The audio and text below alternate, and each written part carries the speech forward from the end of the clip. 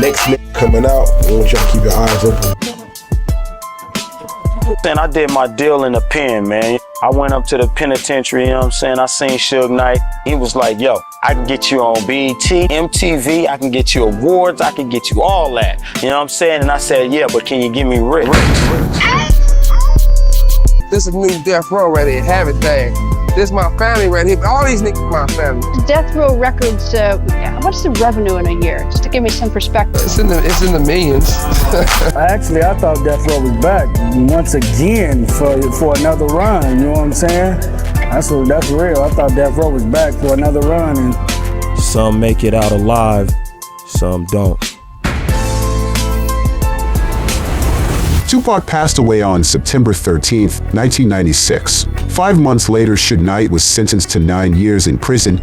He served half of his sentence, and when he got out, Death Row was already in ruins. Death Row, there was too many mixed up minds over there. Well, what made me leave is the business wasn't really right. And he was the first one to leave Death Row, and he left because the situation was right. Me and my girl would go to Venice Beach one day just to have a relax and just, you know, nothing special. And every car we pulled up on was playing the Chronic.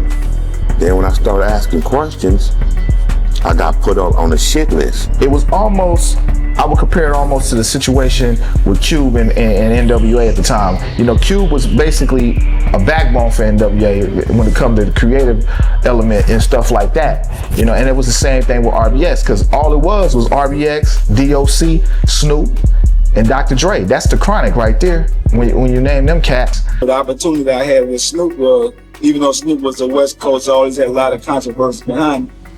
I'm just a country boy trying to eat. When Snoop left, man, he left and took off, you know, with Master P. You know, he left the whole dog pound alone, to tell you the truth. You know, Snoop had went to No Limit. He told Daz and Corrupt, he was like, man, I don't even feel y'all music no more. He said, I can't even get down with y'all no more. Suge had one last chance to revive Death Row Records.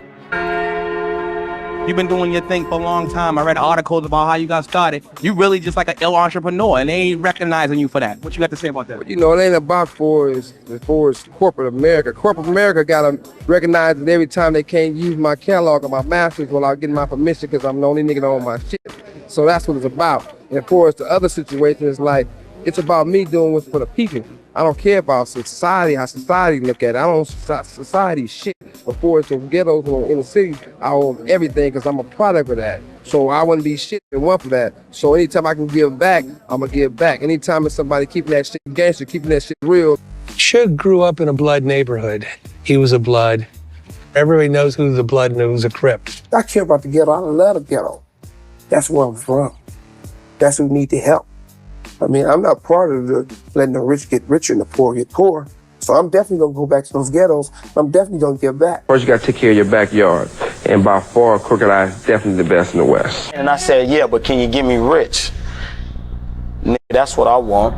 You know what I'm saying? I love hip-hop music. It ain't all about the money, but guess what? I put my blood, sweat, and tears into this shit. It's time for it to kick back something. I ain't tripping on the stardom, the fame, all that. That's cool. If it come, it come. Nigga, can you help me make money? Buy a house for my mama. I only went to Death Row to, you know, because my godbrother had just signed the contract. I've been making beats for him since, like, matter of fact, my first beat I ever made out of $2 million studio was with Big Crooked, you know what I'm saying? And he was the one that was looking out like, this dude gonna be hard. I looked up, I was doing Tupac, Ja Rule, Lisa. And I've read an awful lot about you in the past 24 hours, and I tell you, the stuff that I've read about you really characterizes you a bit of a business thug.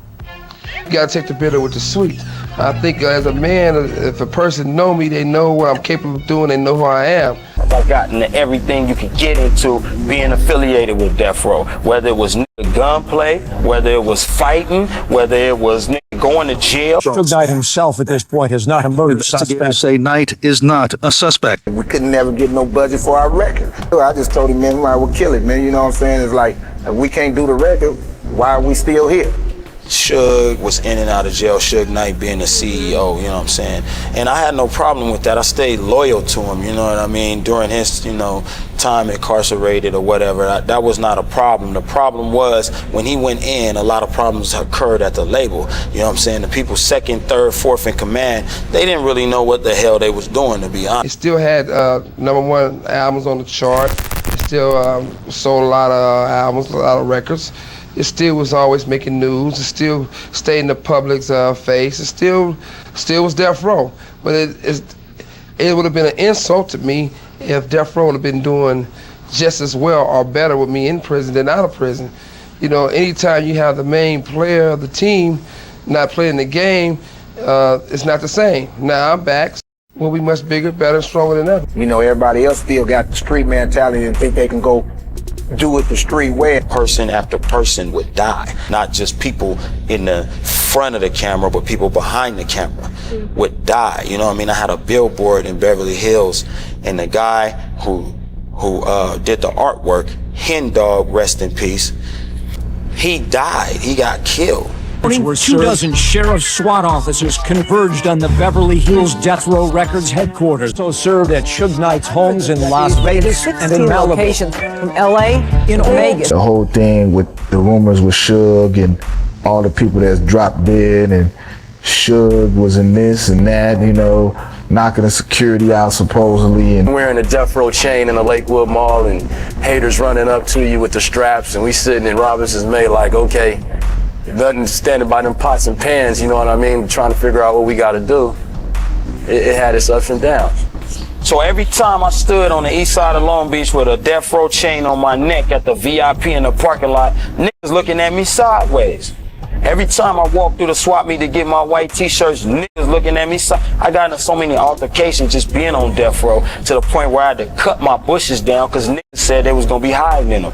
I had to put motion lights in my backyard. I had to keep them up 9mm on my dresser, and I had to keep my Bible cracked at Psalms 91 just to get through. Cause I lived in the beach, man, where that shit ain't really cool to be affiliated with dude like that. But it's tough being on Death Row. People don't understand out there that, you know, on Death Row, we were loyal, I was loyal. That's the reason why I said it hurts me that they would take me through these hoops to feed the people I care about and do what I do in this music industry, because they know that I was loyal, I stayed down, and I went through stuff that a normal artist shouldn't have to go through. And people getting popped upside their head, and you know, man, it was just a lot of records. You know, you had to be like a go-getter. If you're gonna be over there, you had to put your hard hat on. DVD was all about killing Death Row people. You feel me? Mm-hmm. Now the DVD was predominantly Long Beach people in it. You feel me? I'm from Long Beach. My whole time that I was on Death Row, I lived right here in Long Beach. So the thing about it was, one of my real homeboys, Rock, rest in peace, he died, you know what I mean? And I went to his funeral. I pull up at the funeral and I see everybody that was in that DVD that's talking about killing Death Row people at the funeral. Now I get out being the main person from Death Row, and I felt so disrespectful because I was in God's house with a gun. You know what I mean? Because all these dudes and the rivals and the problems and the beef, it shouldn't be that way. I'm here to make music. I'm here to take care of people that I care about. And I'm here to, you know what I'm saying, drop shit for the fans. I'm not here for that garbage, you know what I'm saying? But that's the type of stuff that I went through. Once a $300 million record label with endless talent and money flowing in from every direction, Death Row Records had become a fading empire, an aging giant struggling to compete with a new generation of younger, hungrier artists and executives. The fortune that once fueled the most feared label in hip-hop was slowly consumed by lawsuits, legal battles, and chaos from within. And at the center of it all was Suge Knight, a man who could never fully escape the gang mentality. While the music industry evolved around him, Suge remained trapped in the same cycle of intimidation, street politics, and conflict, and it was all heading toward an inevitable crash. Right here in my lap, this is a letter of breach of contract. This is what an artist gives to a label when they are in breach of contract, when they're not honoring the record deal, you know what I'm saying? And this is what I'm about to hand deliver to Death Row, you know what I'm saying, tomorrow. And I'm documenting this on DVD because I'm going to let you know that, you know, you can leave Death Row and it can still be all good. It ain't no hard feelings. You know what I'm saying? It's just something that I'm doing to boss up. You gotta choose and say, I either want to be legit, or I won't be a hustler. If you won't be a hustler, be a hustler. Don't get into the rap game if you won't be a hustler. Get in the rap game if you don't want to be in the hustle game. I wasn't the most educated person in the world. I had to educate myself.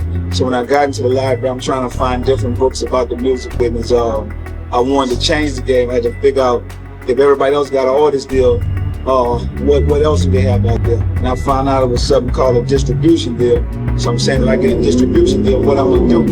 I'm gonna have to invest my own money, but I could get a bigger percentage of what I put out. So and I own my company. Pick the company that you're gonna mess with. Be careful. Look at all the people that's in that company, so you'll know that you up under the right roof.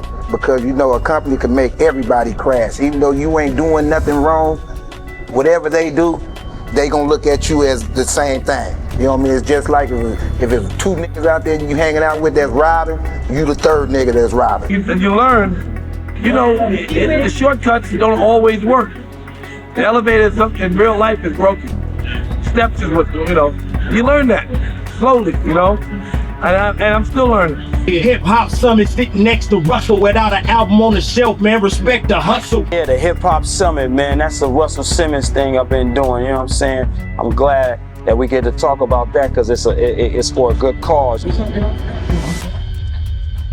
Whenever Russell Simmons asks us to do anything, anybody within hip-hop line, we go out there and do it because we respect him. He's the godfather.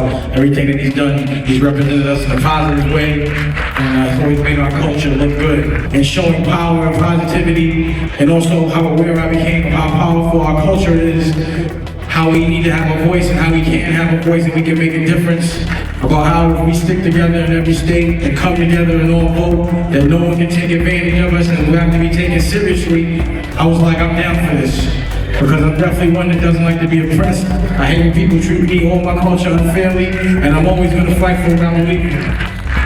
Bringing to the game is just an option for the regular guy to stand up. We got to increase voter education amongst the urban communities because we think that, our vote don't count when it do. Sometimes a folio win by one vote, you know what I mean? And if one cat in the urban area or hip hop culture would have voted, then we would have been good. Even if you don't believe in the presidency or the governor or the mayor, you can vote to put a speed bump in your neighborhood so a little kid riding a tricycle on the street won't get hit by a drunk car. He gotta slow down.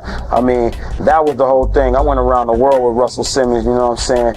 And we just tried to increase voter education. It was a good thing for me because, outside the music, I want to make my mark as an activist and stay active, you know what I'm saying, and things going on that directly affect us, you know what I'm saying, in the urban community. I made the music, I did everything he asked me to do. Now I'm doing my own company, let me live, homie. I did that for 4 years. You want to put out all that music? Fine with me. I don't want a cent. I don't want 1 cent. You can put out 45 songs. I don't care. Have all the money. Take it. If you feel you invested something in my career, you can have all the money. Just let me live. Let me do what I do. I've been a loyal soldier, I was down with Puff for about 4 years. I showed my loyalty to the point where, it was self-explanatory. A lot of people, witnessed me play my position and did what I had to do. And now I'm at a point in my career where I gotta control my own destiny. I gotta drive now, It can't be a passenger forever, So I was like, I'm gonna grab the wheel and do what I do, Like my contribution to Bad Boy's past 4 years has showed people that I have the capabilities and the qualities of a boss. So all I'm doing now is just actually taking form, The whole boss up slogan and everything is just let cats know this is an empowerment situation. All my artists gonna be bosses, When I get the doofy check, I'm giving them their budget the same day. I stayed loyal to Death Row. Even though, like you say, I had majors on my cell phone, majors on my 2-ways. I had people trying to offer me record deals from everywhere, I stayed loyal to Death Row because I felt like at the end of the day, I was going to bring back an empire. Loyalty in this game is a motherfucker. Loyalty in this game is everything. Cats will really ride with you if you got, if they got loyalty. If cats will ride with you if they see the loyalty coming from you, And cats will ride for you, you know what I'm saying, only if you willing, you know what I'm saying, to stay loyal and remain loyal. But loyalty in this game is limited. It ain't, you know, it's fucked up. If that camera was Suge Knight, you know what I'm saying, and which Suge probably will be watching this, you know what I mean, I want to tell him, I'll tell him what I tried to tell him on the telephone before his assistants wouldn't let me through. You feel me? And when I tried to set up a meeting with him before they wouldn't return my calls, even when he was in the penitentiary. I used to always try to go see him, go talk to him directly. But you know, a lot of the people that work for him, they would make it so hard to do. I'm out here struggling, homie. I'm out here trying to get mine. I'm grinding. I don't got time to play phone tag with some niggas sitting up in the office. I'm trying to see this man so we could discuss our business, you know what I'm saying? And I tell him the same thing I would tell him if I had a chance to really holler at him, you know what I'm saying, that I was trying to get, the chance I was trying to get. Look, nigga, I'm trying to get mine just like you. You know what I'm saying? When you was my age, you was building a dynasty. What you think I'm gonna do? You know what I mean? We the same type of niggas, you know what I'm saying? We cut from the same cloth. Nigga, ghetto life. You don't think I want to build a dynasty just like you built the dynasty, you know what I'm saying? You don't think I want to get out here and get mine? I stayed down for 4 years and some change. My contract was 4 years long. It expired. I stayed down. I recorded 40 songs for the man, plus I wrote for artists, you know what I'm saying? So he already know that I'm loyal. He already know I stayed down. So my thing that I would say to him is just let me live, homie. Let me live. And I left because they didn't put the music out. I mean, it's no hard feelings. It was a business move. I signed a contract to release music. If you do not put the music out, then you're frustrating the purpose of the contract. You know what I'm saying? So it's not no hard feelings toward them. I just left because it was time to go. I mean, I had to release my music. That's my passion. I mean, I'm no longer a member of Death Row Records, you know what I mean? Though it's not nothing like personal, you know what I'm saying? It's all business, man. They gotta get his business hand up. And, you know, on Death Row, man, learning a lot. The streets that once fueled Death Row slowly became the very thing dragging it down. While hip-hop entered a new era, Suge Knight remained trapped in the same place. In 2006, the label finally collapsed under the weight of everything that had been building for years. Death Row Records filed for bankruptcy, owing millions of dollars, bringing an end to one of the most legendary record labels in music history. Since then, the brand and music catalog have changed hands a few times, and eventually, it was acquired by Snoop Dogg in 2022.